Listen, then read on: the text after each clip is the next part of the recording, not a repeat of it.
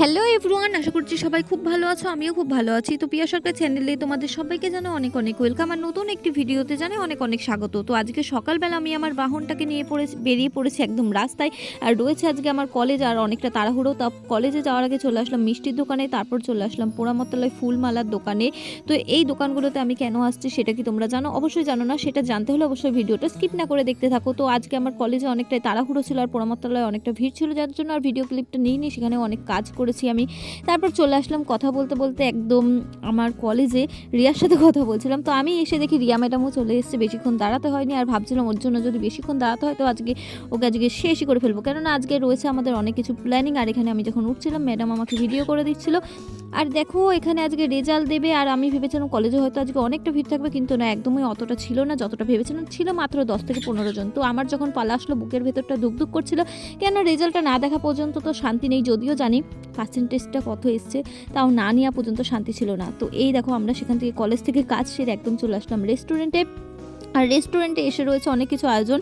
তো দেখতে থাকো কী কী আয়োজন রয়েছে। ধান দুব্বো, প্রদীপ, আরও কুকিজ, চকলেট এইসব ছিল। আর ছিল তার সাথে হচ্ছে বিরিয়ানি আর চিকেন কষা, মটন বিরিয়ানি, চিকেন কষা, 5 রকমের মিষ্টি, আরও অনেক কিছু মনের মধ্যে ছিল প্রিপারেশন নেওয়া, কিন্তু সেগুলো আর হয়নি।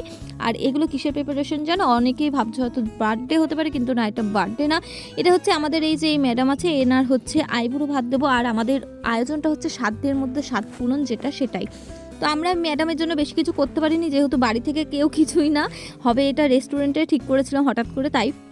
আর ওকে যেহেতু আগে থেকে আমরা বলেছিলাম ওকে আইবুড়ো ভাত খাবো, কেন বিয়ের আগে তো সবার অনেক জায়গায় নিমন্ত্রণ থাকে, তাই ওকে এটা আগেই জানিয়ে দেওয়া হয়েছিল।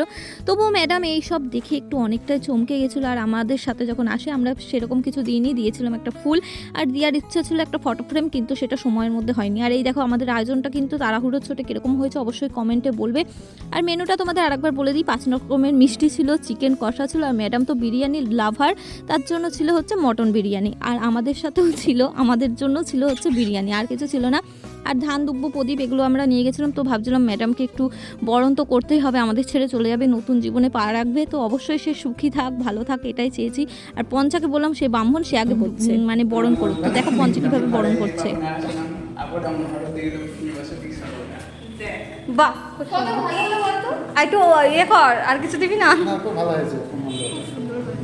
পঞ্চার বরণ তো শেষ হলো, চন্দন পরানো আরও যেগুলো ছিল সেগুলো। তো এবার আসলো আমার পালা। আর আমি আমার বান্ধবীটাকে বলছিলাম, মানে আমাদের হাসাহাসি হচ্ছিলো। পঞ্চা বলছিল যে পঞ্চা যে মন্ত্রটা বললো সেটা আমাকে বলতে, কিন্তু আমি তো সেসব জানি না। আমি আমার মন থেকে আমি ওকে যেটা বলা সেটাই বলছিলাম। আর ভগবানের কাছে প্রার্থনা করছিলাম যাতে ও খুবই ভালো থাকুক, কেননা একটা মেয়ে বিবাহিত জীবন মানে একটা আলাদা জীবন, একটা নতুন আশা নিয়ে একটা বাড়ি ছেড়ে আরেকটা বাড়িতে যাবে। তো ভগবান খুবই মানে ওকে খুবই ভালো রাখুক, সুস্থ রাখুক, আর সকলের মন জুগিয়ে যাতে চলতে পারে এই সমস্ত। আর এখানে পঞ্চা হচ্ছে আমাদের জানো তো একদম হচ্ছে ভেজিটেরিয়ান, সে হচ্ছে খাবে না বলে সে চলে যাচ্ছিল। আর তোমাদের আরেকটা কথা বলি, এখানে রিয়ার একটু প্রবলেম ছিল, যার জন্য রিয়া বরণটা করতে পারি না। শোকেশ মহাশয় মানে ওই নম করেছে। আর এখানে আমাদের পঞ্চা মানে যেতে চাইছে না, কিন্তু ওকে যেতে হচ্ছিল, কেননা ওর একটা খুবই কাজ পড়েছিল। তো এখানে সবাইকে বাই বাই বলে ও চলে গেল। আর আমাদের এখানে অবস্থা তারপরে তো খুবই কাহিল না।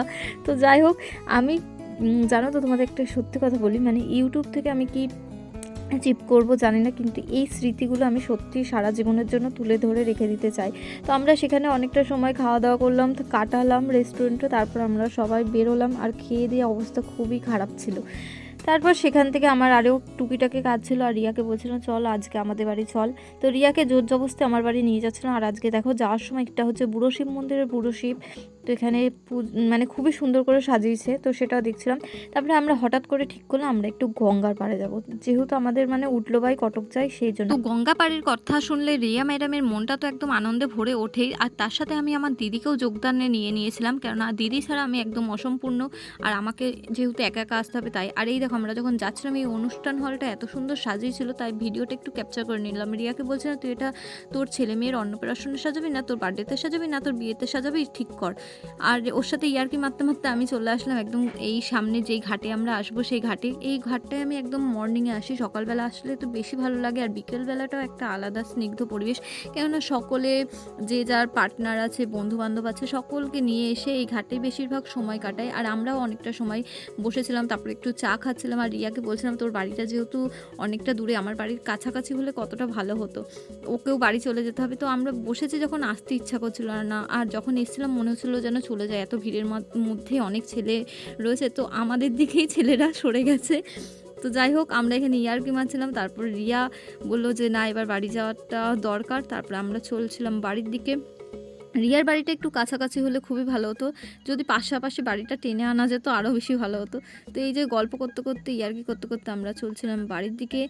আর অবশেষে রিয়া যেই টোটো করে যাবে তাকে ফোন করে, আর সেই টোটোটাও চলে আসে, আর আমরাও চলে যাচ্ছিলাম। তো চলো, আজকে ভিডিওটা আমি এখানে শেষ করছি। ভালো লাগলে অবশ্যই লাইক, কমেন্ট, শেয়ার করবে, আর চ্যানেলটা সাবস্ক্রাইব করে দেবে। তো দেখা হবে অন্য কোনো ভিডিওতে, অন্য কোনো ব্লগে। সবাই সুস্থ থাকবে, ভালো থাকবে। সবাইকে টাটা।